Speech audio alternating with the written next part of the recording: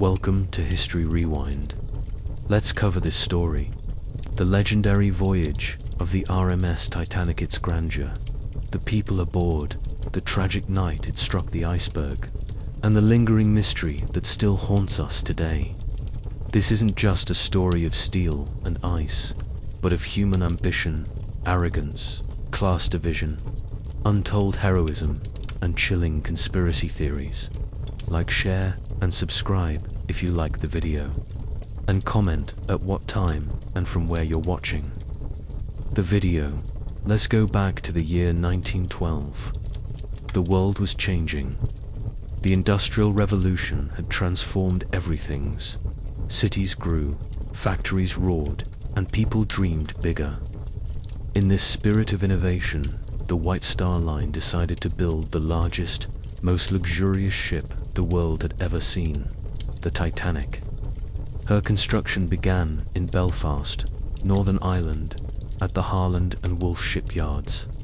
She was to be the crown jewel of the company's new Olympic-class liners afloating, palace of opulence and strength. It took more than 2 years and over 3,000 workers to build her. With a double-bottomed hull, 16 watertight compartments, and the most advanced engineering of the time, she was called practically unsinkable. But there's a bitter irony in that word, because history would make a mockery of it. The Titanic was massive, 182 feet long, nearly the length of 3 football fields, and 175 feet tall. She had a swimming pool, a gymnasium, a squash court, grand staircases, a Parisian-style cafe, and a dining room that could rival a palace. No expense was spared, especially for the first-class passengers. On April 10th, 1912, Titanic set sail from Southampton, England, bound for New York. On board were about 2,224 people, including passengers and crew. Among them were some of the richest and most influential people of the era. John Jacob Astor, millionaire industrialist. Benjamin Guggenheim. Isidor Straus, Kona of Mayside. Margaret Molly Brown, a Colorado mining heiress who would later be remembered as the unsinkable Molly Brown. But alongside these elites were hundreds of immigrants, men, women, and children from Ireland, Italy, Syria, and more, crammed in third class, chasing the promise of the American dream. For the first few days, the journey across the Atlantic was calm. Spirits were high. The food was exquisite. In first class, guests dined on oysters, filet mignon, and roasted duck, all served on fine china. Meanwhile, in third class, though accommodations were far humbler, many passengers still marveled at how clean and modern the ship was compared to what they were used to. But as Titanic sailed deeper into the North Atlantic, she entered waters known for icebergs. Between April 11th and April 14th, multiple warnings were sent by nearby ships about ice in the area. The SS Californian, the Mesaba, the Coronial issued iceberg warnings via wireless telegraphy, but many of these messages never reached the bridge. Why?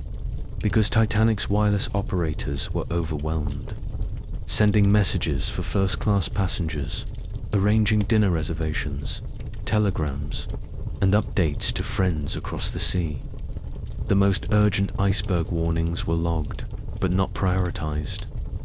On the evening of April 14th, the ocean was eerily calm. No wind, no waves. The moon had not risen. That sounds peaceful, but for lookouts searching for icebergs, it was a nightmare.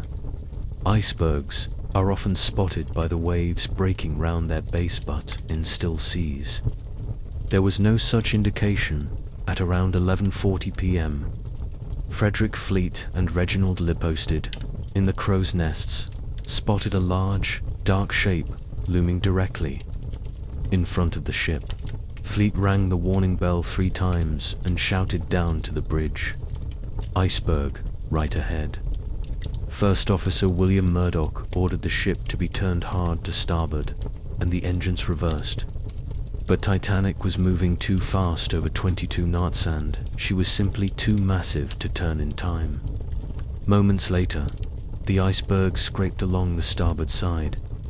The impact was not dramatic, no explosion, no sudden jolt. Many passengers didn't even notice. But beneath the surface, the iceberg had punctured the hull in multiple places, slicing through 5 of Titanic's watertight compartments. Titanic was designed to float with 4 compartments flooded. 5 was one too many. Captain Edward Smith, a seasoned sailor on his final voyage before retirement, was awakened. He quickly assessed the damage. Thomas Andrews, the ship's designer, solemnly told him that Titanic would sink, not might would, and she had less than 3 hours. Panic didn't erupt at once. The ship's lights still glowed. The band played softly in the lounge. Many passengers couldn't believe the ship was in real danger. In fact, some refused to get into lifeboats, believing it's safer to remain on the ship. And here's where tragedy deepened. Titanic carried just 20 lifeboats, enough for about 1,200 people, while over 2,200 were on board. Why so few? Because maritime regulations at the time were outdated and based on ship tonnage, not passenger capacity. Also, the ship's designers believed the deck would look too cluttered with more boats. It was all about appearances. The crew was untrained and the evacuation was chaotic. Boats were lowered half full. First-class passengers were prioritized. Many third-class passengers, unfamiliar with the layout and unable to access the boat deck, were left behind. Still, acts of heroism unfolded.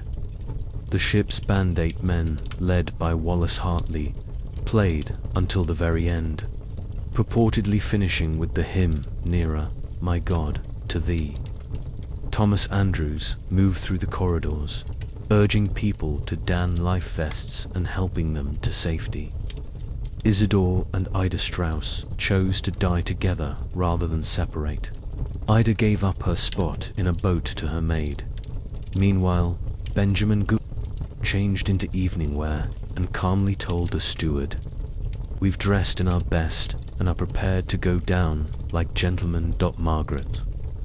Molly Brown helped load passengers into lifeboats and eventually took command of her own, urging the crew to return for survivors, a request that was denied, fearing their boat would be swamped. At 2:20 a.m. on April 15th, Titanic's stern rose into the air. The lights flickered, and with a groan of twisting steel, the ship broke apart. The bow plunged first, followed by the stern. Over 1,500 people were plunged into freezing water. Most died within minutes from hypothermia. Only 705 people survived. The RMS Carpathia arrived nearly 2 hours later and rescued those who made it to lifeboats. Survivors were dazed, shivering, many still clinging to hope that loved ones had somehow made it. The world awoke to horror. How could this have happened? A ship labeled unsinkable was gone. Families were torn apart. Investigations followed. The British and American inquiries criticized the lack of lifeboats, the failure to heed warnings, and poor emergency procedures. But in the shadows of tragedy, something else grew. Conspiracy theories. Some claimed Titanic wasn't Titanic at all, but her sister ship, the Olympic, which had been damaged in a collision and was secretly swapped to claim insurance money. This switch theory has been widely debunked, but still floats around on the internet. Others pointed to the death of JP Morgan, the powerful banker who funded the Titanic. He cancelled his trip last minute. Conspiracy theorists claim he knew the ship would be doomed and used the disaster to eliminate rivals on board. Again, fascinating, but with no real evidence. And then there's the mystery of the SS Californian. Just 10 miles away, the Californian had stopped for the night due to ice. They saw Titanic's distress rockets, but the captain didn't act, believing it was a party or misinterpreting the signals. Had they steamed forward, hundreds more might have been saved. Even decades later, Titanic refuses to rest quietly. In 1985, Dr. Robert Ballard discovered the wreck, 12,500 feet below the surface. The ship had split in two. Relics were recovered: jewelry, letters, shoes frozen in time. Deep sea exploration showed how the ship corroded, consumed by bacteria and salt. Titanic has become more than just a shipwreck. It's a monument to human ambition, error, and resilience. It reminds us that no matter how advanced we think we are, nature has the final say. But what truly keeps the Titanic alive in our memories are the people, the newlyweds, the musicians, the children, the lovers, the brave and the cowardly, the rich and the poor. All of them joined in one tragic night beneath the stars. And now, over a century later, we still feel their stories. We still see that great ship gleaming in the dark. We still hear the music, and we still wonder what if. Thank you for joining us on History Rewind. If this story moved you, like, share, and subscribe, and let us know in the comments what time and from where you're watching. Until next time, keep the past alive.